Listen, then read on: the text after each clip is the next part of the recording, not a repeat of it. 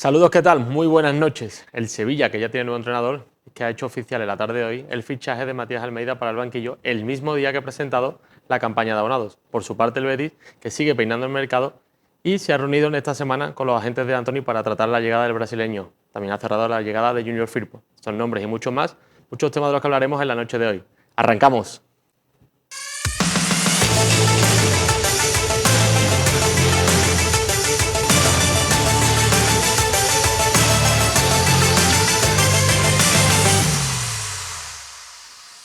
Para hablar de todo ello, tenemos ahí una mesa de 10 como siempre, a nuestra derecha, nuestro compañero Jesús.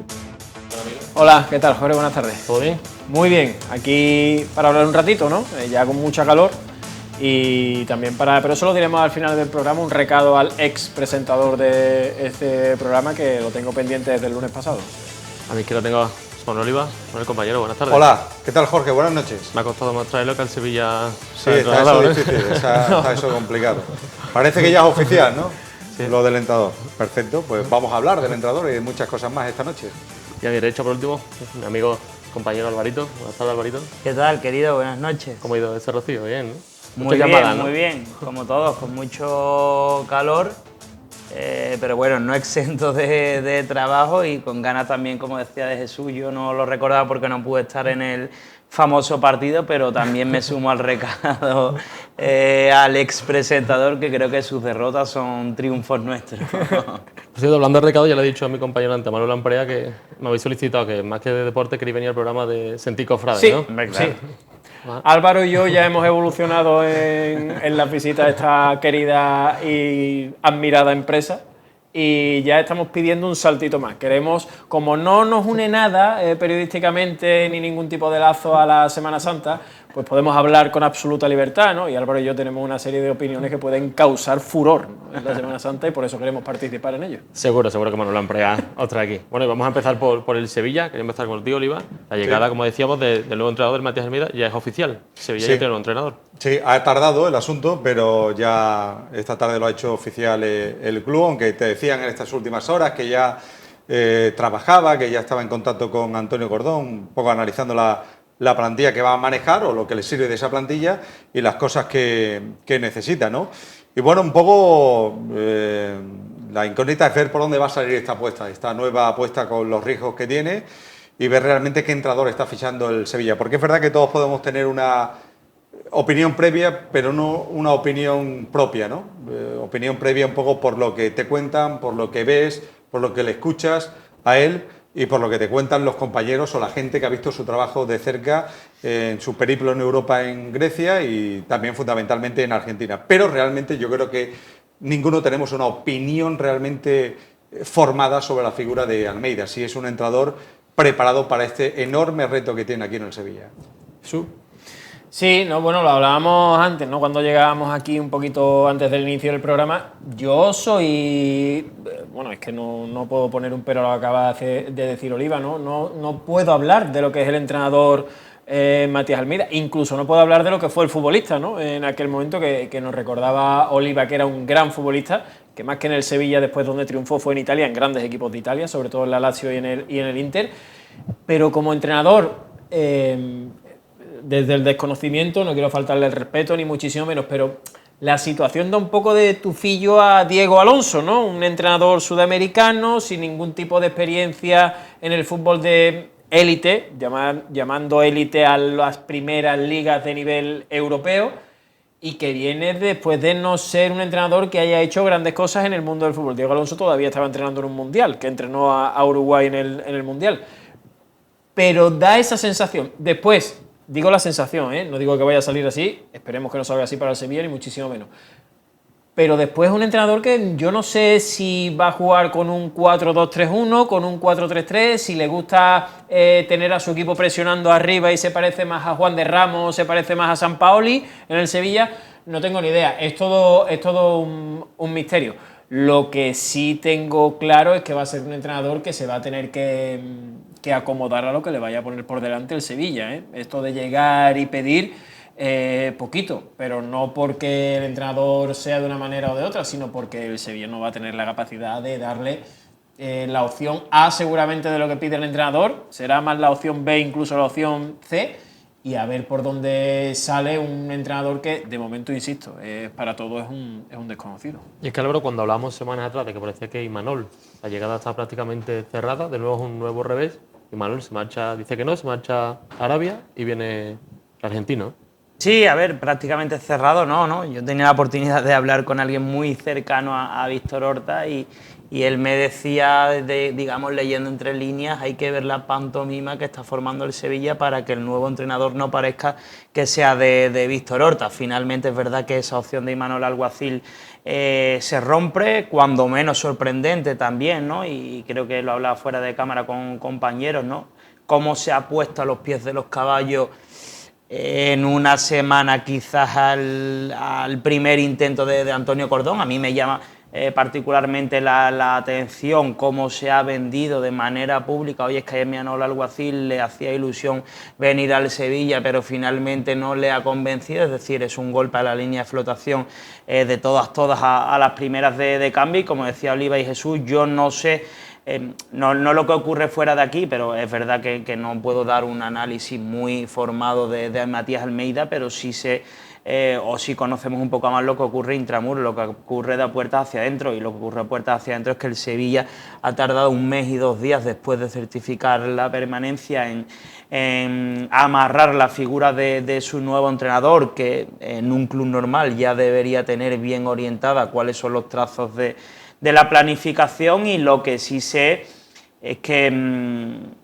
Matías Almeida no era la primera opción, al menos que en un principio generó unanimidad en el seno de la entidad. A partir de ahí, oye, creo que es una apuesta arriesgada, pero sí que espero y deseo que sea apuesta de Antonio Cordón. Es decir, yo creo que zapatero a tus zapatos, ¿no? El director deportivo tiene sus funciones, el presidente la suya, la plantilla la suya, y sí que espero y deseo que sea apuesta verdadera de Antonio Cordón, más allá de que sea un ofrecimiento, que no fuese la primera o la segunda opción, eso ya solo lo saben ellos, pero que sea apuesta de Antonio Cordón, que es el verdadero, o al menos el que debe encabezar el nuevo proyecto, y que dejen a un lado eso de asumir funciones que no le competen, ¿no? A partir de ahí, bueno, yo siempre digo que de fútbol no tenemos ni idea, ¿no? Jugamos sobremanera, que también es nuestro trabajo, pero muchas veces incluso sin fundamentos reales. A partir de ahí que lo demuestre en el campo, pero es verdad que creo que no es un entrenador que ilusione de todas al sevillismo a día de hoy. Iván, ¿nos recuerda esto un poco a lo del año pasado con Yago Barrasate? Es decir, voy a por un entrenador y cuando prácticamente lo tengo hablado, ahora cambio totalmente de tercio y la traigo a otro perfil totalmente diferente. Hombre, todo el proceso de este último mes ha sido muy rocambolesco, ¿no? Porque estamos hablando de una negociación en la que han intervenido 2 directores deportivos, Horta, que hizo un trabajo en su momento, y ahora Antonio Cordón. Se han contactado con distintos entrenadores, es una realidad. Y yo en estos días lanzaba un poco la pregunta en Deportes Cope si realmente son fichajes por descarte o por convicción, ¿no? A ver, siempre hay mucho de descarte a la hora de elegir entrenadores o directores deportivos, jugadores, porque en muchas ocasiones en el fútbol no te sale esa primera opción o realmente no puedes atacar esa operación, ¿no? Que realmente tienes en mente o era tu objetivo, ¿no? Llegan muchas, a veces por descarte, pero esa palabra de convicción es muy importante. Es decir, realmente Matías Almeida, al que tiene que convencer es a este hombre que estamos viendo en pantalla, Antonio Cordón, que imagino que tendrá un conocimiento mayor por esa coincidencia que tuvo de un tiempo en Grecia, donde él entrenaba a ECAD Atenas, él era el director deportivo de Olympiacos, y ahí habrá visto cómo era Matías Almeida como entrenador. Y en las entrevistas que haya tenido con él, aunque haya sido por una videollamada, eso que está tan de moda hoy día, pues seguramente entiendo que le habrá convencido Matías Almeida de que puede tomar las riendas de este proyecto. Para mí hay un tema de fondo que es muy importante y es saber realmente, mi pregunta es si Matías Almeida y Antonio Cordón, lo incluyo, saben la realidad de este Sevilla actual. Tienen conciencia de este Sevilla actual, porque es muy habitual, y Jesús, Álvaro, tú, Jorge, estamos muy habituados, a que nos pinten las cosas muy bonitas. Y muchas veces en el fútbol se huye de la realidad que tienes entre manos y se intenta, sobre todo en estos meses de verano, se intentan vender cosas que no son reales. ¿Hay conciencia de la realidad del Sevilla futbolística en Antonio Cordón y en Matías Almeida? si se acercan a la pobre realidad futbolística que tiene hoy día el Sevilla, será la primera piedra para empezar a construir algo sólido. Si están viendo los cromos y los jugadores que tienen en el folio y empiezan a decir, oye, pues este no está mal, pues este lo vi yo jugar con 18 años y tampoco está mal, pues no te preocupes que central no hace falta porque ni Anzú demostró en el Bayern de Múnich cuando fue... Error, volverán a caer en los mismos errores. ¿Tienen conciencia de la realidad del Sevilla? Tengo que escuchar a Antonio Cordón y tengo que verlo actuar y luego tengo que ver también a Matías Almeida. Yo quiero lanzar aquí no sé si es un debate, ¿no? Pero también para que me contestéis, ¿no? Los tres sobre todo. Porque yo es algo que a mí me sigue dando bastante vueltas a la cabeza en torno a la situación siempre del banquillo del Sevilla, ¿no? Y es el constante cambio de rumbo. El constante cambio de rumbo. Más allá de que el Sevilla haya tenido varios directores deportivos, 3, si no me falla la memoria, en los últimos años, Monchi, Víctor Horta y ahora Antonio Cordón, es especialmente llamativo los entrenadores, el número de entrenadores que ha tenido el Sevilla. Y yo lo puedo entender, es decir, si las cosas no te van bien con un entrenador, lo puedo entender. Pero lo que no me entra en la cabeza es el constante cambio de rumbo a la hora de elegir un entrenador para el Sevilla. Es decir, en este equipo se pasa de Julen Lopetegui, que es una manera de jugar a la pelota, a Sampaoli, otra completamente distinta, de Sampaoli a Mendilibar, las antípodas, de Mendilibar a Diego Alonso, que yo no sé a qué jugaba directamente Diego Alonso, pero de Diego Alonso se pasa a Quique Sánchez Flores, sí algo más alegre, lo que pretendía Diego Alonso, a un entrenador completamente rácano, se pasa después, que lo hizo francamente bien, por cierto, se pasa después a un entrenador que apostaba por el fútbol de la masía, del arte, de no perder la pelota, como García Pimienta, que después incluso dice, no, bueno, yo me acostumbraré a lo que tenga, y ya cambia su manera de ser, a un entrenador como Caparrós, todo lo contrario a eso, a otro entrenador ahora que te dice que, hombre, que a él le gusta jugar abierto, etcétera. Yo no lo sé, no le gusta jugar, pero lo que le he escuchado que le gusta jugar abierto, pero que se acomodará evidentemente a lo que tenga, ¿no? Como en teoría deben hacer casi todos los entrenadores. Entonces, yo sigo sin entender ese cambio de rumbo constante en el banquillo del Sevilla. Quiero que me deis también vuestro punto de vista porque literalmente no lo entiendo. Y eso le hace poco bien al Sevilla, porque no se sigue una línea. Yo entendería tener, en lugar de 3 entrenadores, tener 8, que me parece una barbaridad en 3 años, pero si todos los entrenadores tienen al menos la misma línea, ¿no? Y si no, se busca un cambio, pero seguir una línea. Pero ese voy y vengo a diferentes estilos futbolísticos para que al final esto sea una locura y nunca se dé con la tecla, es algo que no entiendo cuando creo que se ha demostrado que Juan de Ramos, Unai Emery, Julen Lopetegui y José Luis Mendilibar tienen exactamente el mismo tipo de fútbol. El ir a apretar arriba, el generar problemas en la salida de la pelota, el llegar por banda, que es el estilo, por cierto, que le gusta al campo del Sevilla, al Ramón Sánchez Pizjuán. Como un Sevilla, que entiendo que ahora no podrá, ¿vale? Pero como este Sevilla no se fija en, digo el ejemplo, ¿vale? Que hay ahora de entrenador. Un Iraola, que entiendo que no es accesible ahora mismo, pero ese perfil de entrenador, mejor o peor, estatus Iraola o estatus Íñigo Pérez, se llama el del Rayo Vallecano, pero tener una figura de entrenador reconocible, como la tiene el Betis con Pellegrini o como la tiene el propio Madrid, ¿no?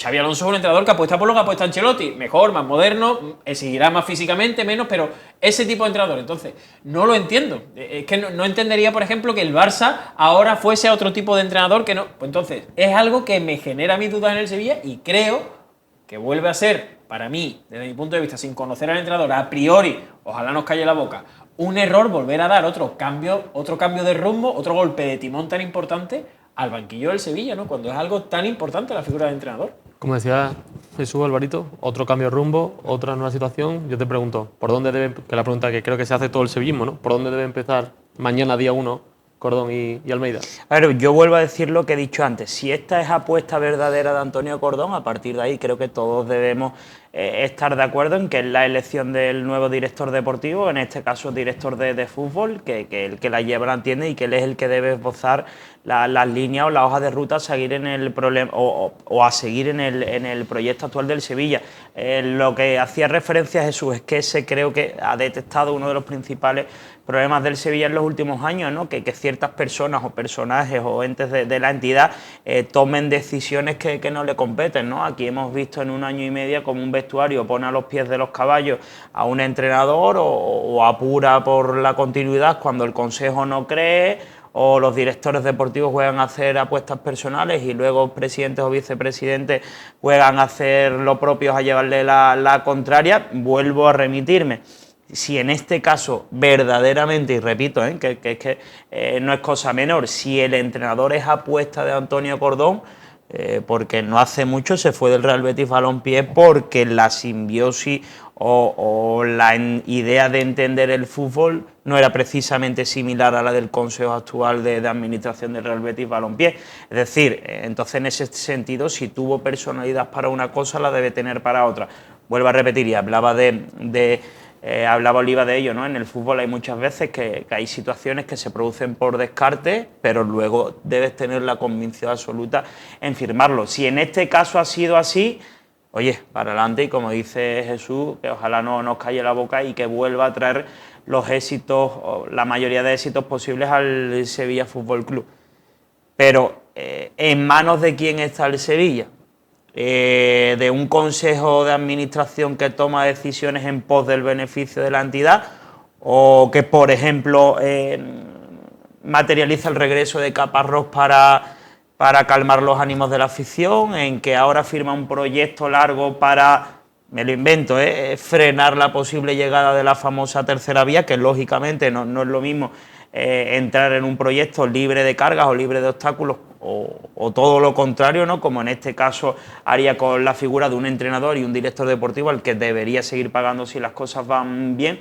Ese es el problema para mí actual del Sevilla. ¿En base a qué se toman las decisiones? ¿En base a, como decía Oliva, volver a construir un proyecto sólido? ¿En base de, oye, vale, borrón y cuenta nueva, vamos a sanear las cuentas como podamos y a partir de ahí volver a crecer en base a las líneas de éxito que tantos frutos nos dieron en el pasado? ¿O las decisiones se toman para, oye, voy a frenar a voy a realizar esto para agarrarme más, o voy a retrasar la salida de o voy a potenciar mi continuidad? Para mí ese es el problema actual del Sevilla, que firmes a quien firme, lo que hay detrás creo que pesa mucho más. Por eso a mí me sorprende y me ha sorprendido mucho que una figura del peso de Antonio Cordón, oye, decida dar un paso al frente, un golpe en la mesa y tomar las riendas de un proyecto que complicado desde luego es y ojalá que no se le atragante a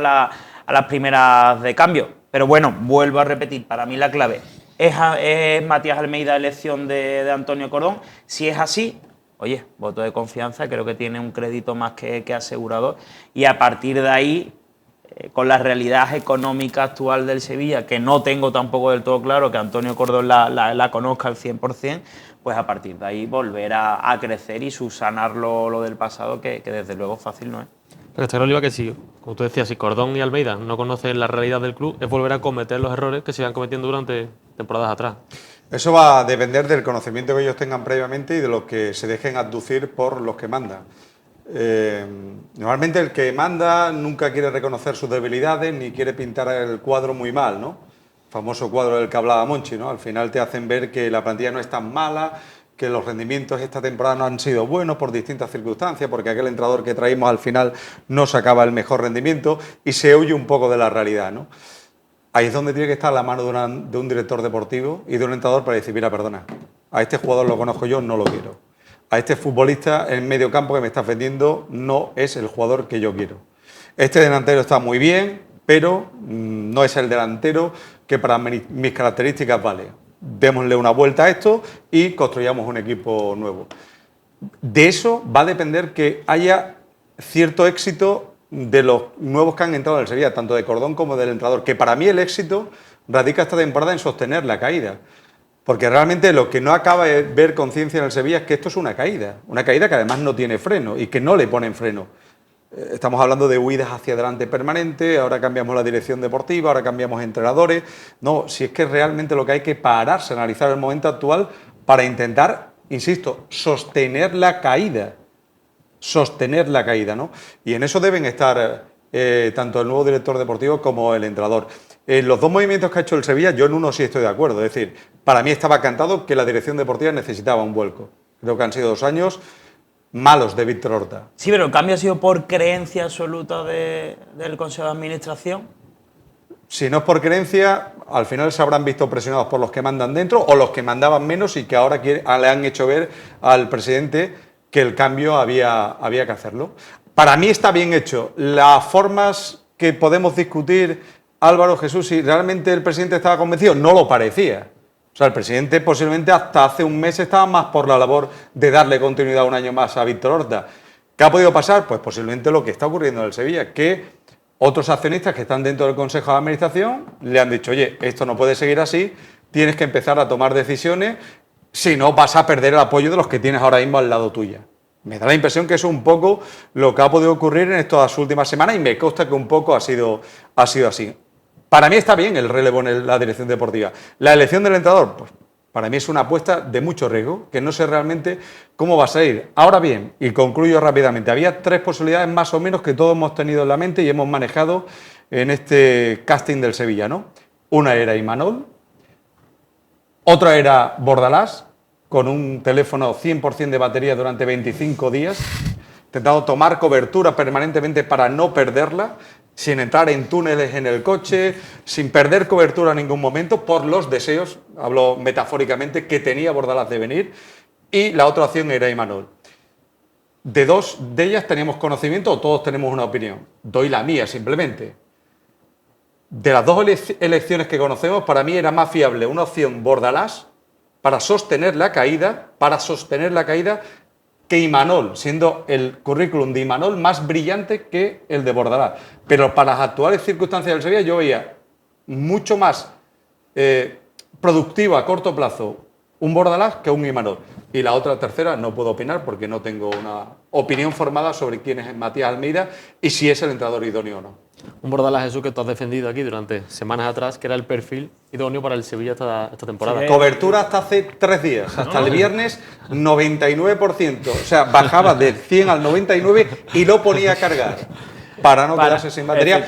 A ver, porque quería venir al Sevilla, o sea, Bordalás quería venir al Sevilla y ha estado esperando y sin embargo es verdad que aquí han coincidido 2 directores deportivos en que no era el idóneo, ni lo quería Horta y ahora tampoco Cordón porque lo ha tenido a tiro. Yo, o sea, me veía muy reflejado lo que estaba diciendo Oliva porque yo lo he dicho muchas veces aquí, ¿no? Y pongo un ejemplo que al final yo creo que es por donde hay que moverse a estos niveles de necesidad que tiene el Sevilla. Que son ejemplos que hayan demostrado con hechos de verdad. Y a mí me vale el ejemplo de Bordalás y el Valencia. Me vale el ejemplo claramente. Un equipo en una absoluta caída, como era aquel Valencia, al cual llega, lo mantiene con absoluta holgura en la primera división y lo hace subcampeón de Copa. Y no lo hace campeón de Copa por penaltis. Por penaltis, no lo hace ante un Betis brillantísimo en aquella temporada de Pellegrini, el segundo año del chileno al frente del conjunto bético. Entonces a mí eso me vale. A mí eso me vale como aval para creer en un proyecto. Es decir, señores, está testado, ¿no? Efectivamente. O sea, no solo estamos hablando del trabajo del Getafe, fue una circunstancia, por ejemplo, similar, ¿no? Efectivamente, en el Valencia. Ya no es eso. El ejemplo de este mismo año, el del Valencia es que es el más parecido, ¿no? Por la inestabilidad del Valencia con respecto para asemejarla con la del Sevilla. Pero este mismo año del Getafe, ¿no? Se ha pegado sin delantero titular los primeros 2 meses de competición. Fue a jugar, creo, con Uche de delantero a San Mamés y empató. Tuvo que poner un amistoso. No, lo ha hecho delantero. Claro, y lo ha hecho durante muchas veces. ¿Qué es lo que ocurre? Por lo que entiendo que, evidentemente, Víctor Horta no iba a adquirir esa vía, entiendo, por lo incómodo que es Bordalás públicamente. Y es un entrenador incómodo, en el sentido de... Fíjate lo que se le hizo la cruz aquí a García Pimienta por decir, lo único que le escuché yo a ese hombre decir públicamente fue, me dijeron que si salía un lateral izquierdo iba a venir otro lateral izquierdo y estoy solo con un lateral izquierdo después de la salida de Valentín Barco. Esa es la palabrita más alta que otra que utilizó esta temporada García Pimienta y desde entonces señalado. Hombre, un entrenador cómodo no es Bordalás, no lo es. Entonces yo puedo entender que ante la situación de punto de mira constante que tenía Víctor Horta, no se traiga un entrenador que puede en algún momento incendiar la situación todavía más de lo que estás. Entonces, a partir de ahí entiendo que la vía sea Imanol. Oye, un entrenador que ha demostrado en otro perfil de equipo, con otra situación totalmente distinta, que es válido, pero en otras condiciones, con otras características. Y luego Matías Almeida, evidentemente lo que estamos de acuerdo los 4 en la mesa y lo que yo creo que la mayoría de los telespectadores, salvo algún telespectador friki, y friki no es peyorativamente, sino que vea la Liga Griega, que le guste la Liga Griega y esté informado de la ECA de Atenas de Matías Almeida.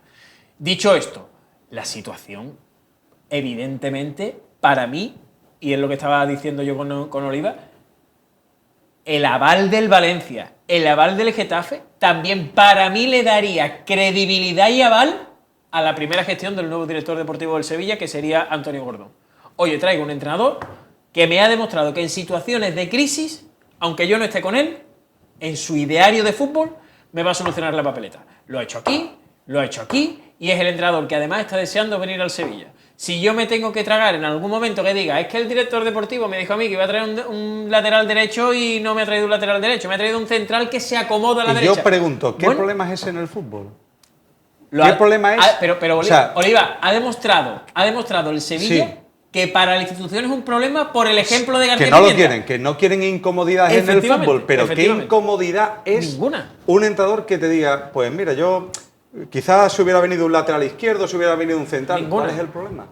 Pues fíjate, y voy a La incomodidad, perdona, es que Si tú gana, el domingo, Ahora, efectivamente, si no gana y encima está Efectivamente. dándote La incomodidad, constantemente a eso iba yo. la tabarra en rueda de prensa, le tiene que decir, oye, perdona, te aguanto si ganas. La única pero un tipo incomodidad- que te haga resultados, ¿qué más da? la que- única incomodidad, como te escuché a ti una vez, la única incomodidad es que el domingo a las 2 de la mañana no hayas ganado 0-0 al rival. Claro. Esa es la única incomodidad que hay en el fútbol de élite profesional. Pero si el entrenador te da victorias, pues si te la tienes que tragar, te la tragas.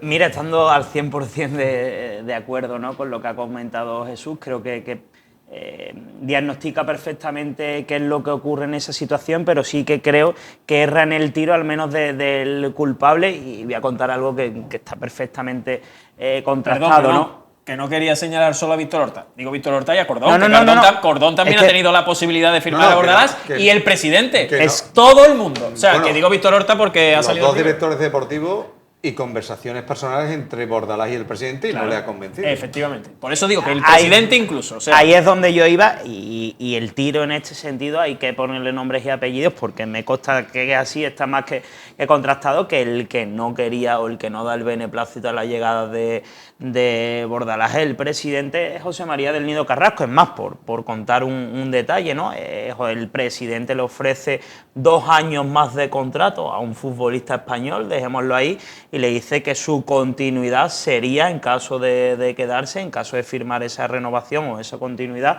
por 2 años, por cierto, sería de la mano de Imanol Alguacil y no de la mano de Bordalás, que es un entrenador que no le convence. Es decir, tengo constancia absoluta que, habiéndose reunido en persona también, ¿no?, Víctor Horta con Imanol Alguacil, paralelamente avanzó con Bordalás, y al menos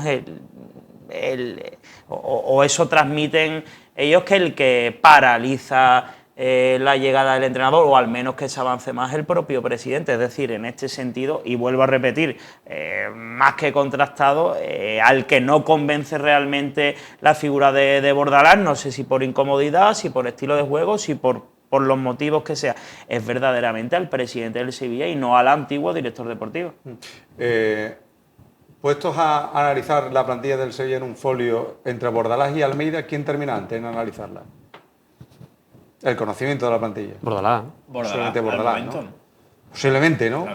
Claro. Oye, con esto no quiero minusvalorar a Matías Almeida, pero el conocimiento de los 20 jugadores que tiene el Sevilla, de haberlo visto una y otra vez y haberlo visto competir y demás, posiblemente tenga más diagnóstico más rápido y más certero alguien que lo ha visto competir en el campo del Sevilla como local, en distintos escenarios.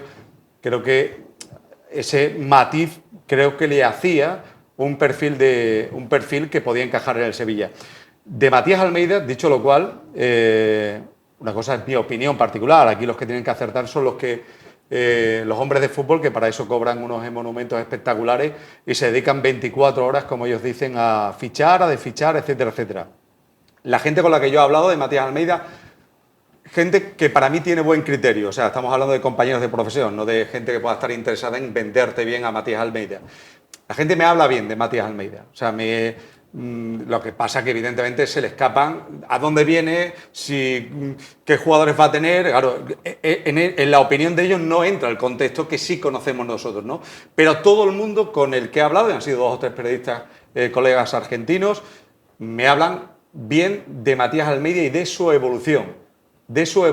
Muy adaptada al jugador, de mucho carácter, de no casarse con nadie, temperamental, de carácter, características que a lo mejor encajan bien en este momento del Sevilla, pero se nos escapa, en esas opiniones que a mí me llegan, a todos se les escapa dónde viene a entrenar y en qué momento actual de la historia viene a entrenar al Sevilla. Pues estaremos atentos a esa presentación de Antonio Cordón y de Matías Almeida y ahora a la vuelta de publicidad vamos con toda la información del Betis.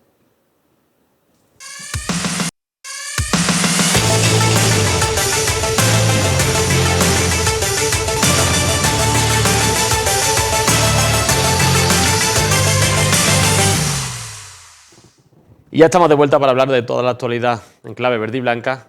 Quería preguntar, Alito, primero de todo, darle la enhorabuena a Álvaro Jesús por esa noticia de Junior en el Demarque que adelantasteis. Bueno, y quería hablar de esa llegada del lateral izquierdo al conjunto verde y blanco, ¿no? ¿Qué era? Dale. Sí, si queréis resumo yo la música vuestra, ¿eh? No.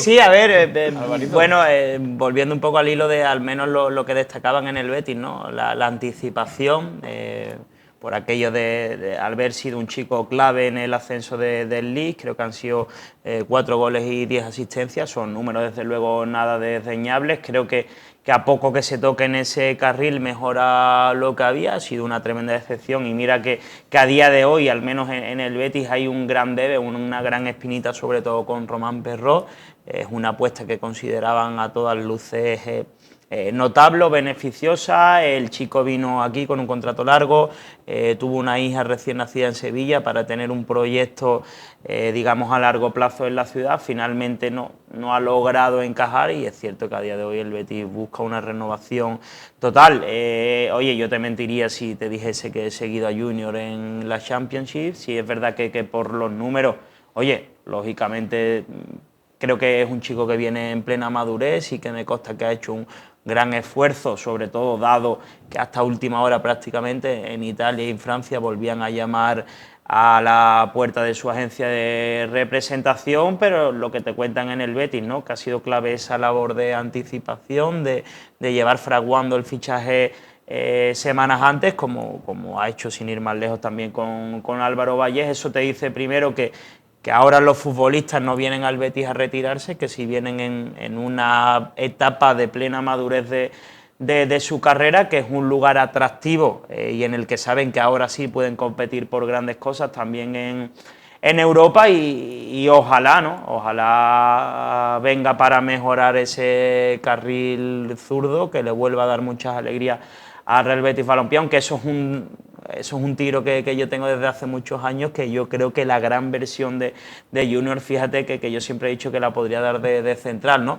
Pero bueno, 3 fichajes que se pueden dar por materializado, ahora adentraremos un poco más en por dónde pueden ir los tiros, pero de momento creo que el Betis se mueve con celeridad para al menos tener las bases al inicio de pretemporada y a partir de ahí sí que ir un poco más con esa traca final o traca importante que yo creo que puede llegar. Un Betis Oliva que tiene claro lo que quiere y que se mueve, como decía Álvaro, con celeridad en el mercado. Sí, lo de Junior para mí mejora, de entrada mejora el lateral izquierdo. A Junior lo conocemos, evidentemente no lo hemos seguido, como decía Álvaro, con lupa en el Leeds United, pero creo que es un jugador en buena edad y que creo que futbolísticamente va a mejorar el lateral izquierdo. Va a mejorar a los dos. Ya veremos quién le va a acompañar en el lateral izquierdo, ¿no? Y a partir de ahí creo que la planificación del Betis, teniendo más o menos la hoja de ruta clara, está mucho en ver si puede finalmente acceder a Antony, al desembolso por Antony, y a partir de ahí qué dinero recauda entre Johnny y el extremo que pueda vender. Si vende a Jesús Rodríguez, por qué precio, si lo que vende finalmente es Abde, si vende a los dos, si tienen ofertas importantes. Es decir, que está obligado a vender para cuadrar números, pero también va a tener liquidez para afrontar alguna que otra operación interesante. Es decir, que hay esa hoja de ruta hecha con la llegada de Junior Firpo, el fichaje de Antony, que hay un moderado optimismo en que se pueda dar, y luego ver cómo se cambian los cromos del centro del campo, que creo que es un puesto clave, la salida de Johnny, cómo se reemplaza, qué dinero tiene para ir a firmar un puesto que es muy importante en un equipo, muy, muy importante. Guido fue fundamental, Johnny ha venido y ha tomado ese liderazgo, pero aún así, siendo Johnny un buen futbolista, creo que desde Guido esa pieza todavía a veces se le resiente defensivamente al Betis. Por tanto, es muy importante la elección del pivote defensivo del Betis, más allá de luego fichajes que pueda realizar, ¿no? Que si un tercer delantero, que si un segundo portero después de Álvaro Valles, pero hay dos piezas fundamentales para mí, hecho lo de Junior, en la planificación del Betis: pivote defensivo y si Antony finalmente puede hacerlo. Un lateral Jesús Junior que llega, un lateral que se va, Savali en este caso. Sí, bueno, es cierto que la salida de Savali, primero que es petición del propio futbolista, la oferta que tenía era irrechazable, y el Betis, después de que Savali ha sido un futbolista que no le ha dado ningún tipo de problema, el único problema es que se ha lesionado mucho durante todo este tiempo, evidentemente ha tenido la deferencia con el jugador de hacerlo. Yo creo que un futbolista que se ha perdido tantos partidos por lesión, que vino gratis con la edad que tiene, sacarle casi 2 millones de euros me parece una gran operación por parte del Betis. Cuidado también ahora que está próximo a hacerse definitivamente lo de Nobel Mendy también, con el PSV. Todas estas circunstancias, todo este abanico hace que todavía el Betis pueda volverse más exigente en sus negociaciones y pedir dinero. Y yo hay una cosa que me quiero quedar, pedir dinero digo porque está más cerca de cumplir los gastos necesarios que tiene antes del 30 de junio. A la hora de firmar, de desprenderse de los futbolistas por los que le van a dar dinero. Y yo, con lo que está diciendo Oliva, recojo el guante y planteo otra cosa. Ojo a la situación que se le puede plantear al Betis, porque el Betis ya está en el 1-1. Es decir, todo lo que buenamente y de manera económica le entre al Betis, lo puede invertir después. Es decir, el Betis no era como antes, que tú vendías por 20 e ibas al mercado con 8. Si a ti ahora te dan 20, tú puedes invertir 20. Cuidado, porque eso también es, a la hora de fichar, es una bendición absoluta para la dirección deportiva, pero se te puede volver en tu contra. Porque ahora la gente sabe que si tú tienes 20, puedes invertir 20. Evidentemente estoy absolutamente de acuerdo con Oliva. Esto no se trata de el segundo delantero, esto se trata de que el centrocampista es el puesto, y ya ha demostrado Marroca que de momento no es fiable. No es fiable. No digo que sea bueno o malo, digo que no es fiable porque se lesiona muchísimo en el Betis. No es fiable, con lo cual el Betis tiene que, a pesar de tener Marroca, invertir ahí, porque además se te va a ir William Carballo, se te va a ir otra pieza también, con lo cual el Betis, si acaba saliendo Johnny Cardoso, tiene que invertir y mucho dinero en ese futbolista. Que volvamos a ser la pesadez de todos los veranos de la figura de Dani Ceballos, o que se traiga a un futbolista que tanto se demanda físicamente, ejemplo que lo pudo ver y sufrir la afición del Betis, no ese nivel. Moisés Caicedo, Chelsea, que terminó el partido de la final de la Conference y podría haber jugado otra final tranquilamente físicamente, entendemos todo que es la necesidad.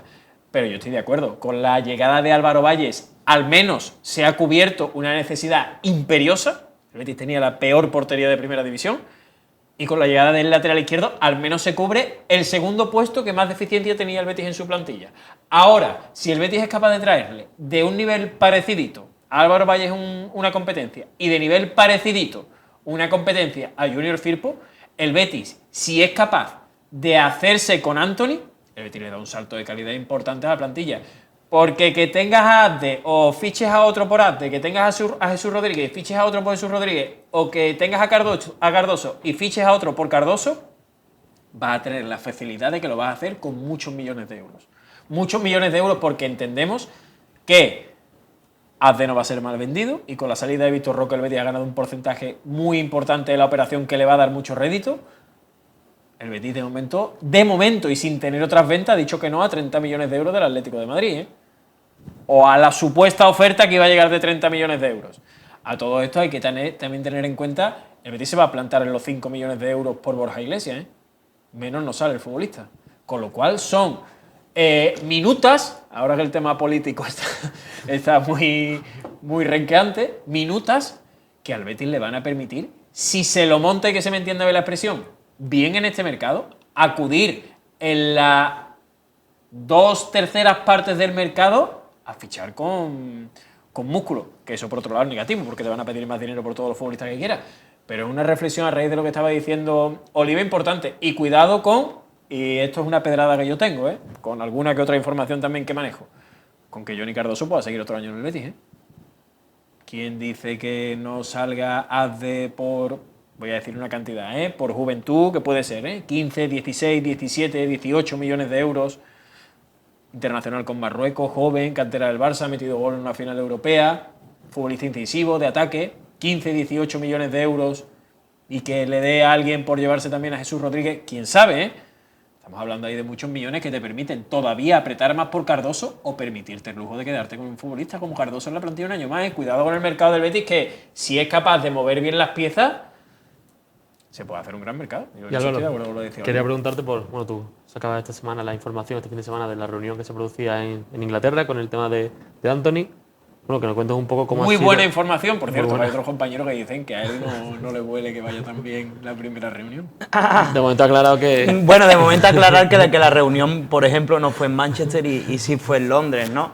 Pero a ver, al final lo que se transmite de ahí es la sensación con la que se vienen los emisarios del Real Betis Balompié de allí, que es que hay relativo optimismo. De hecho, había voces del club que incluso no le gustaban que saliesen esas cifras a la luz de ciertas cantidades, porque saben que la competencia es alta y que en caso de darse la operación en ese tipo de condiciones, lógicamente serían irrisorias, al menos en el montante económico, para lo que sí verdaderamente podrían desembolsar otro tipo de clubes. Vuelvo a repetir, lo que se transmite del Betis es que hay optimismo en poder hacerlo. De hecho, se han frenado, por ejemplo, el otro día, creo que desde Italia, algunos compañeros sacaban a la luz el nombre de Chuguece. Es un nombre que se ha ofrecido a la dirección deportiva, a la comisión deportiva del Real Betis Balompié, pero de momento todas las opciones, ojo, digo para el carril derecho, paralelamente se trabaja en el extremo zurdo, pero todas las opciones que se han ofrecido, que se han tocado para el carril derecho, están supeditadas a lo que ocurra con Anthony. No es una operación que se va a resolver ahora ni la próxima semana. De hecho, es algo un poco pospuesto a que regrese el brasileño de sus vacaciones, pero tú preguntas en el Betis, o al menos donde preguntaba yo, y las sensaciones son positivas. Eso no quiere decir que se vaya a materializar, pero sí que el Manchester United ha visto con buenos ojos o con otros ojos el nuevo escenario que le propone el Real Betis Balompié. ¿Por qué? Porque el Betis se asegura rendimiento inmediato, pero el Manchester se asegura rédito económico en caso de que el futbolista continúe la progresión. ¿Por qué?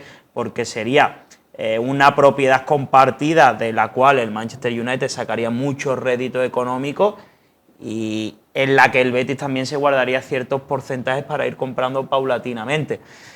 Vuelvo a repetir, la información más allá de la primera oferta ofrecida, rechazada, ya estuvieron aquí, creo que en el mes de mayo, emisarios del Manchester United, que por cierto también vieron a varios jugadores del Real Betis Balompié. Lo que se transmite del Betis es optimismo, es confianza. ¿Que se haga o no? Bueno, eso lo dirá el futuro y las condiciones económicas, porque es como todo. Si mañana llega un club, paga 70 millones de euros y convence al futbolista, pero el Betis juega con eso, con el deseo del jugador. El Betis primero le ofrece la propuesta a los representantes, van en concordancia con el jugador y a partir de ahí aprietan con el Manchester United. Con el jugador no hay problema, con sus agentes tampoco. De hecho, al Manchester le gustaron mucho las garantías de pago que se le ofrecieron en enero, con ciertas cláusulas de penalización que el Betis debía responder si no se cumplían. Y a partir de ahí, repito, será un verano largo, pero lo más importante, y subrayo, creo que lo he dicho 3 o 4 veces, pero es el optimismo que se desprende en el Real Betis Balompié. Un detalle muy rápido antes de dejar a Oliva. En el Manchester tienen una cosa que valoran mucho del Betis, que es que todo lo que le prometió el Betis, también es porque se ha dado la situación, todo lo que le prometió el Betis lo ha cumplido el Betis. Le prometieron cláusulas si no jugaba, le prometieron que el futbolista iba a jugar siempre, le prometieron que iban a revalorizar al futbolista y le prometieron que iban a darle una oferta convincente cuando acabase el verano dentro de las posibilidades y límites que tuviese el Betis. Y de momento todo lo que le ha prometido el Betis al Manchester United, todo se ha cumplido de cabo a rabo. Eso importa también mucho en la negociación y es por lo que el Manchester sigue negociando con el Betis, sigue viendo con buenos ojos, como decía primero Oliva y ahora remarcaba Alvarito con su información, el moderado optimismo que hay en el Betis, ¿no? Y que el Betis, perdona, se ha quitado un elemento importante de la ecuación, es que el Manchester, o al menos eso es lo que transmite desde el Betis, tiene claro que Antony no va a seguir en la Premier League. Entonces, ese tipo de clubes que son quizás los que más músculo económico pueden tener para afrontar ese tipo de situaciones, al final, lógicamente, los borras de la ecuación y le da un poco más Pero es lo que decía Jesús, ¿no? Al Manchester, y eso te lo cuentan desde el club, desde el propio Betis, le convencieron y le gustaron mucho las garantías de pago que le ofreció el Betis, y eso le da, lógicamente, un papel mucho más a favor. Yo la impresión que tengo es que Antony creo que va a jugar un segundo año en el Betis. Es la impresión que tengo. Hay un aspecto que no controlamos, tampoco controla el Betis. Y es que algún club se presente mañana en Manchester con 40 millones de euros, ¿no? Eso realmente no lo sabemos hasta que a lo mejor pase el Mundial de Clubes, los clubes empiecen a moverse, empieza a moverse el dinero y haya un club que diga, oye, por cierto, Antony, ¿cuánto vale? Y vaya y negocie con el Manchester. Si esa variante que ya han explicado los compañeros no se diera, creo que la ventaja en la negociación para quedarse con el jugador es claramente del Betis por la propuesta que ha hecho, que está sentada sobre una base. Los compañeros han informado en el desmarque el fin de semana. Yo he tenido también posibilidad de hablar un poco con fuentes de la negociación. Todo pasa por un nuevo contrato, porque ahora mismo solo le quedan 2 años de contrato en el Manchester. Y evidentemente el Manchester, si lo cede un año simplemente y se planta en 2026 a intentar venderlo, ha perdido la fuerza en la negociación, porque ningún club va a venir con dinero pensando que el jugador un año es libre, ¿no? Entonces estaríamos hablando de reconstruir el nuevo contrato de Antony con porcentajes de propiedad para Manchester United y gradualmente de menos a más para el Betis. Sobre esa base es posible que Antony pueda jugar en el Betis un año más y para mí es el fichaje, ¿eh? O sea, puede darle mucha vuelta al Betis al mercado, que para mí el gran fichaje del verano, sin duda, sería que Antony, un jugador de ese nivel y tan diferencial, lo puedas tener un año más. De hecho, cambiaría mucho la perspectiva a la hora de afrontar otro futbolista de ataque o no de ataque, ya dependerían de muchas salidas. Oye, lo mismo viene Samu Chukwueze, pero ya no sería para cubrir el flanco derecho, sino a lo mejor una posible o hipotética salida de Chimi Ávila. Samu Chukwueze sigue interesado, el Betis sigue interesado. Ojo, cuidado, que es un futbolista que puede acabar llegando al Betis, sea por uno o sea por otro. Por la situación, todo dependerá también si el Betis se acaba un nombre que ha salido, ¿no? Que es verdad, ¿no? Que lo ha desvelado y a lo mejor es un fichaje de final de temporada. Emerson, ¿no? Para el lateral derecho, para que siga cubriéndose el lateral derecho. Quizás ahí el puesto, ya teniendo en cuenta que tienes a 3 laterales derechos y que está por delante Antony, quizás el puesto de Aitor Ruibal ya es un futbolista que va a coger fuerza en la banda derecha por delante, que la planificación del Betis puede cambiar mucho, ¿eh? Pero yo insisto, yo estoy evidentemente con los compañeros, todo pasa por eso, ¿no? El Bético debería celebrar, ver en las redes sociales del Manchester United celebrar plaza nueva, renovación de Antony por 2 temporadas más, porque eso sería una señal absolutamente inequívoca de que el Betis toma la delantera para que juegue un año más en su equipo. Y ya para ir terminando, Álvaro, que ya sacabas eso, el nombre de Emerson, tú sacabas la información también esta semana de que Emerson era un nombre que se había ofrecido al Betis, que gustaba, pero que era una operación difícil. Álvaro, perdón, por último, déjame, Oliva, que te despida, que sé que tienes que tener prisa. Sí. Y nada, desearte muchas gracias y espero que tenemos un poquito de radio en un ratito y aquí están ya los compañeros de producción con el tema de la noche, pero ha sido un placer pasarme aquí con los compañeros, estar un rato con Jesús, con Álvaro, contigo, Jorge, y compartir este ratito de charla futbolística de verano. Y sin cenar, Y sin cenar, que tiene aún más mérito, ¿no? Por lo visto sí. Pero bueno, pidiendo es que esas cosas hay que valorarlas, señores. Así que vamos. Bueno, no voy a cenar. Voy a enlazar directamente con la noche en una gestión ya épica, ¿no? Llegar a la noche sin cenar. Señora, ha sido un placer. Muchas gracias por el pronto. Ahora, como te decía, hablamos de fútbol, no te metas con el tema política, como te decía del tema de Emerson. Sí, a ver, preguntaba en el club por ello, ¿no? Y es verdad que lógicamente es una opción que gusta, ¿no? El Betis tiene gran relación con el entorno del chico, que creo que la madre sigue teniendo, no sé si residencia, pero desde luego domicilio aquí en Sevilla, pero cito textualmente, bueno, no lo voy a hacer de todas, pero si viene casi por un eurillo sí que lo firmamos, ¿no? Entonces es una operación de muy difícil encaje económico. A ver, es que esto es como todo, ¿no? Cuando tú lees un poco las redes sociales o en el día a día en la calle, ¿no? Oye, es que salen 20.000 nombres, que verdaderamente por las oficinas del club salen 20.000 nombres. Hablaba ahora Jesús de Chukwueze, es que es verdad que el nombre lo han ofrecido, es verdad que Emerson Royal se ha ofrecido él mismo al Real Betis Balompié, y un club atractivo, con un proyecto potente, como decía Jesús también, una economía que va progresivamente mejorando, aquí se van a ofrecer decenas y cientos de futbolistas a lo largo del verano. Luego la dirección deportiva, el consejo, el que debe cribar, filtrar y decir. Y el caso de Emerson es ese, ¿no? Que sí, que gusta, pero que hacer encaje con el fair play económico es muy, muy complejo. Se tienen que dar muchas situaciones a lo largo del verano, teniendo en cuenta que es un chico por el que el Milán hace solo un año pagó 15 millones de euros. ¿Que es imposible? No, pero que es muy difícil. Pues sí, claro que sí. Y sobre todo porque el Betis, y ya termino, el Betis hablaba de opciones, ¿no? Y por ejemplo, creo que bueno, el Betis se ha reunido también con Brian Zaragoza. Es decir, son opciones que se han reunido con varios delanteros, un delantero que hablábamos el otro día fuera de cámara, pero luego al final es inasumible para lo que pretende el Real Betis Balompié. Es decir, creo que las grandes inversiones del Betis van por otro lado, un propio centrocampista que todavía no ha salido a la luz y que me consta que costa muchísimo por si saliese Johnny Cardoso, y que está bien atado o bien perfilado por si se terminase concretando la salida del estadounidense, que como bien decía Jesús, hace un par de meses tú preguntabas en el Betis y decían que, oye, que iban a intentar darle prioridad a otro tipo de ventas, como por ejemplo la de Sergi Altimira. Lo que pasa es que luego es muy difícil rechazar 35 o 40 millones de euros.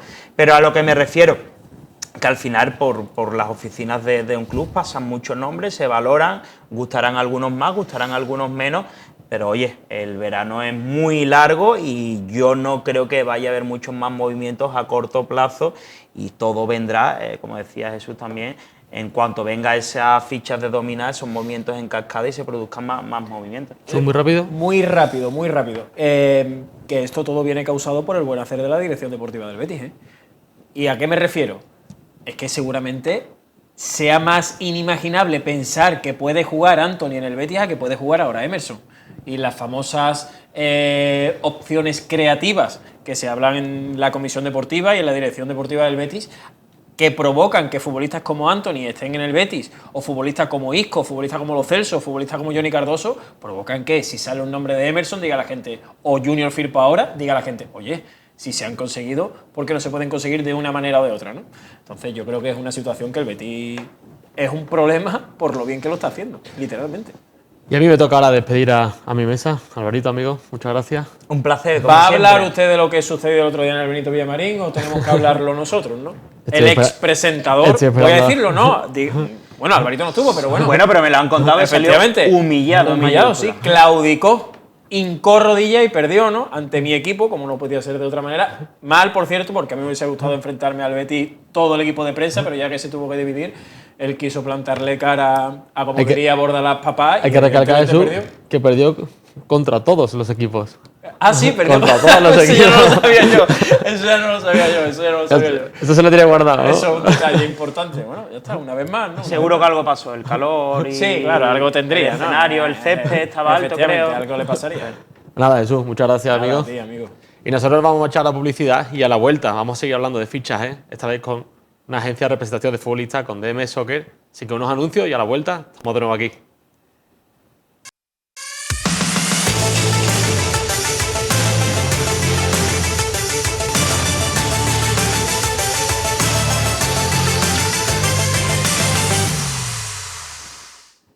Y ya estamos de vuelta. Tras analizar los rumores y el mercado del Betis y el Sevilla, toca hablar con otra parte fundamental de esto del mercado de fichajes, con la agencia de intermediación, la agencia de representación que se presenta hoy aquí, DSM Soccer. Y para ello tenemos el placer de hablar con todos sus integrantes. Fernando Sales. Fernando, bienvenido, amigo. ¿Qué tal? Buenas, Jorge. Alejandro. Buenas noches, amigo. Buenas noches. Y José María, buenas noches. Encantado, Jorge, buenas noches. Bueno, quiero que me contéis un poco, ¿no?, cómo surge esta agencia de representación, de dónde nace. Sé que sois amigos del fútbol desde hace tiempo, pero ¿de dónde sale toda esta agencia?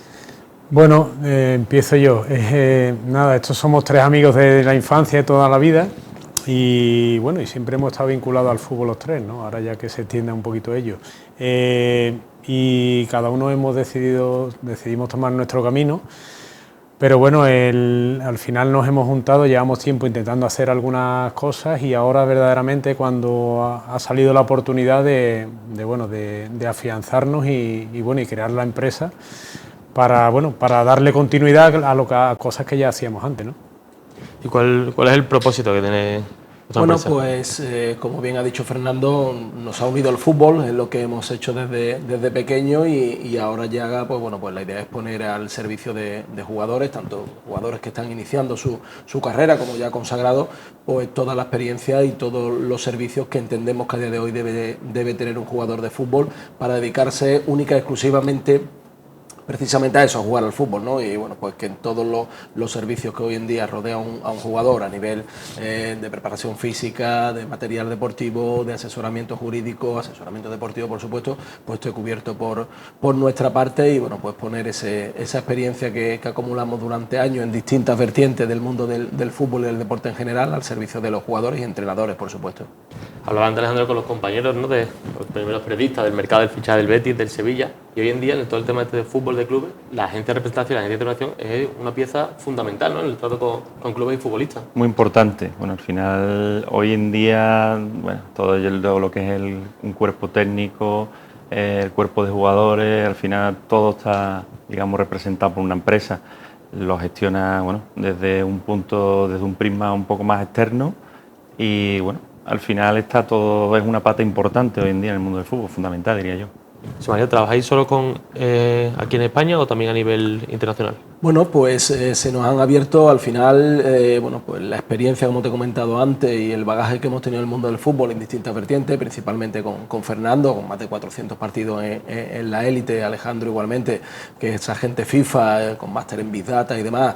Yo, tras mi paso por la Federación Española de Fútbol como director de operaciones, pues bueno, pues se nos abren varias vías de negocio en las cuales pues tenemos mucha llegada también y hemos firmado acuerdos de colaboración con distintas empresas a nivel mundial para pues trabajar también fútbol sudamericano, en Asia, en Arabia Saudí principalmente y bueno, la idea un poco es de globalizar lo más posible y darle todas las oportunidades posibles tanto a jugadores como a entrenadores. Fernando, ¿cómo ha evolucionado este mundo del fútbol desde que tú jugabas hasta ahora?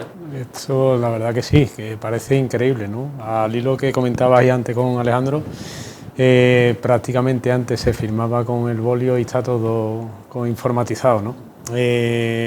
Yo tenía antiguamente, estoy hablando hace 20 años, que no es tanto, es mucho pero no es tanto, ¿no?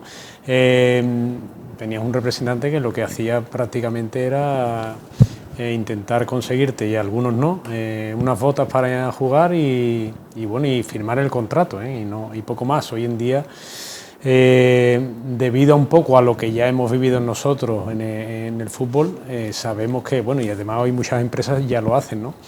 Se le da un servicio para que el futbolista solo tenga que jugar al fútbol. Es que hoy en día, en mi época, prácticamente no había redes sociales, que hoy en día las redes sociales mueven muchísimo y muchas veces son el cáncer del propio futbolista, ¿no? Porque es verdad que hoy en día lo primero que hace un director deportivo es mirar las redes sociales, con quién se junta, con quién no se junta, si sale, no entra, y entonces el futbolista por regla general es una persona joven que además tiene vida además del fútbol y es un hándicap importante para que tú estés ahí y sepas llevarlo por el buen camino. Es verdad que te da tiempo a todo, pero hay que educarlo, por así decirlo, y llevarlo por el buen camino.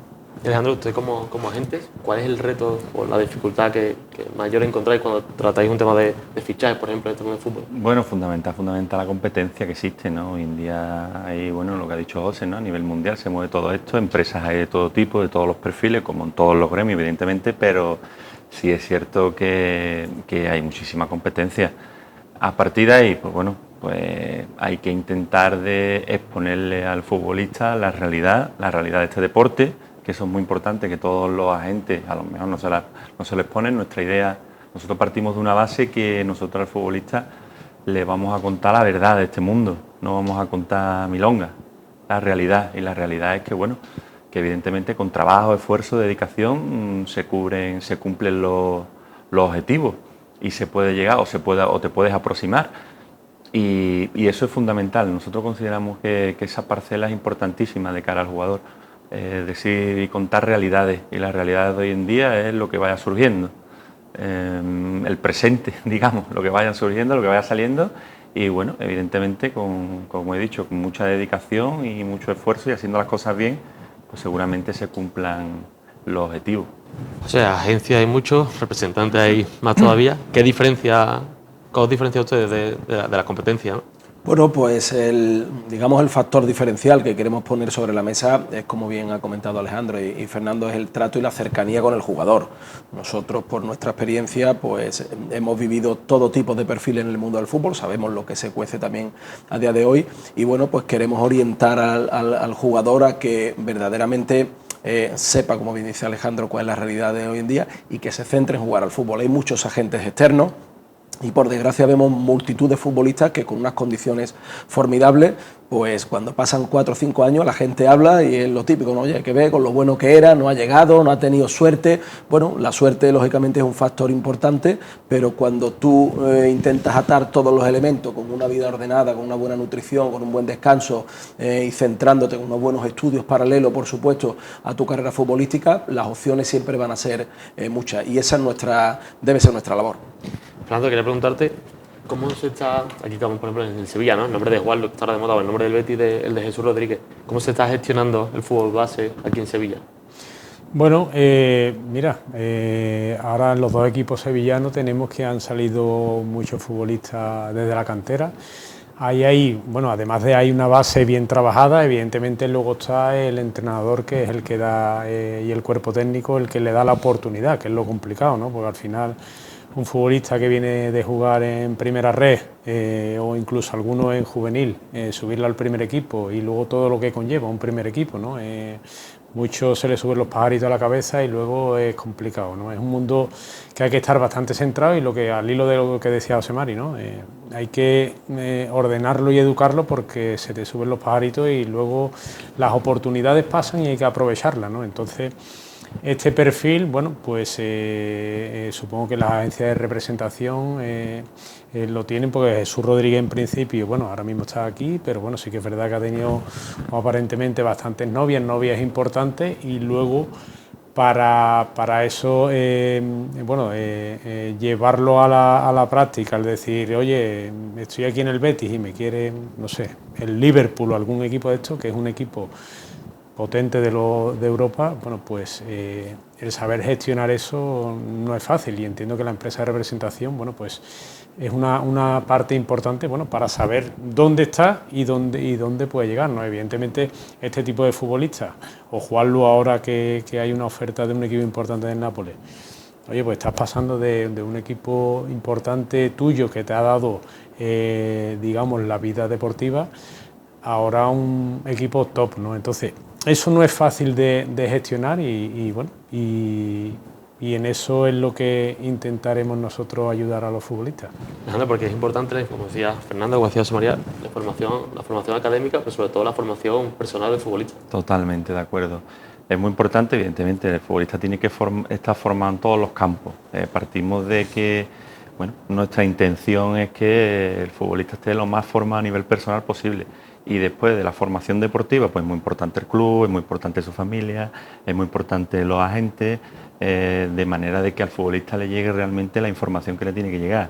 Porque para que le lleguen, digamos, multitud de información están los medios, están las redes sociales, bueno, en fin, hay muchos factores externos que hay que controlar. Fundamental, que el futbolista esté centrado en lo que tiene que estar y, bueno, que el resto, digamos, de su entorno se dedique de controlarle o de filtrarle lo máximo posible lo que al futbolista realmente le tiene que llegar. Pero es muy importante esa base nosotros la consideramos fundamental. José, ya para ir terminando, ¿por qué tiene que elegir el futbolista DSM Soccer? Bueno, yo creo que redundar un poco en lo que hemos comentado, ¿no? Al final la cercanía, el trato de gente que se ha dedicado profesional y semiprofesionalmente a esto, que tenemos muchos años de experiencia en el sector, yo creo que que pueden ayudarlo a controlar todos esos agentes externos, asesorarlo deportivamente y académicamente, como tú bien dices. Yo creo que esa cercanía en el trato y esa experiencia, ese bagaje que hemos tenido en el mundo del fútbol son un factor importante a la hora de ayudar en su crecimiento futbolístico. Pues José, muchísimas gracias. Gracias a vosotros. Fernando, muchas gracias. Desear mucha suerte en este nuevo proyecto, que esperamos por aquí pronto, ¿vale? Muy bien, gracias. Muchas gracias. Y nosotros ahora vamos a cambiar el balón de fútbol por el balón de balonmano. Vamos a hablar un poco de ese campeonato y vamos a dar paso a ese vídeo de ese campeonato de Europa de balonmano Master 2025.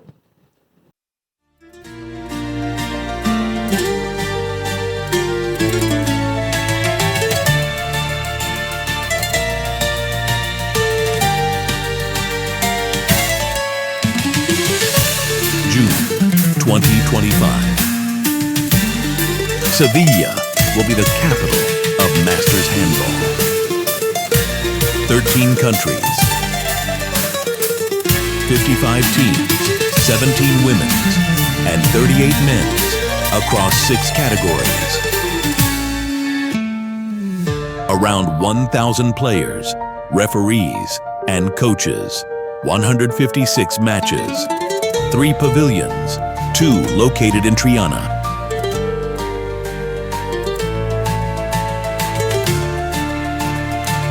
Sevilla.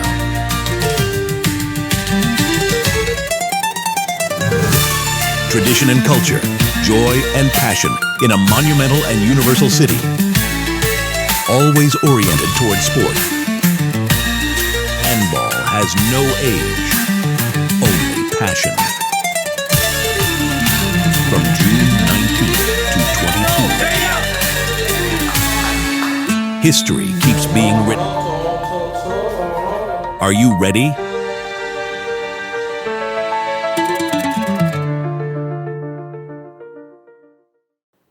Y para hablar de este campeonato, tenemos la suerte de que hoy nos acompañan en nuestra mesa Francisco Moreno. Francisco, muy buenas noches. Hola, buenas noches. Y Jesús Yedro, director, muy buenas noches. Buenas noches. Súper, contigo quiero empezar. Quiero que nos cuente un poco la idea de este torneo, cuándo da lugar, cómo se decide realizar este torneo aquí en Sevilla. Pues la verdad es que el Club Deportivo Balonmano Veterano de Sevilla, pues tenemos más de 10 años de historia y de hace 5 venimos participando en estos campeonatos de Europa. Y como muchas cosas entre el grupo de amigos que somos, pues salió un día el ¿y si sí, no? Y si lo pedimos, y si lo hacemos, y si... Y fue este verano cuando, a principios de junio del año pasado, nos juntamos y dijimos, venga, vamos a por ello. En agosto presentamos nuestra candidatura a la Federación Europea de Balonmano y en septiembre pues nos comunicaron después de la reunión de la Comisión Ejecutiva que habían elegido Sevilla para el torneo. Así que encantados y felices.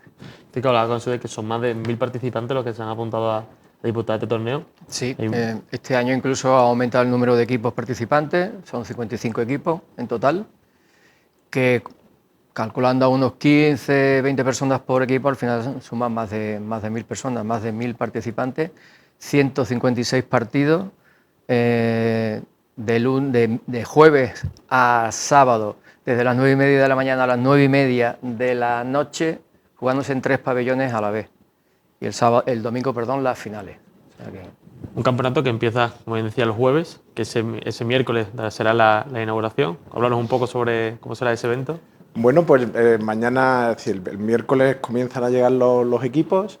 Hay un tiempo de acreditación para que las más de 1000 personas acreditadas, entre deportistas, árbitros, entrenadores, recojan su acreditación. Y a partir de las 7:30, pues hay una reunión técnica en la que tanto la EHF como nosotros como organizadores hablamos de todos los particulares del torneo.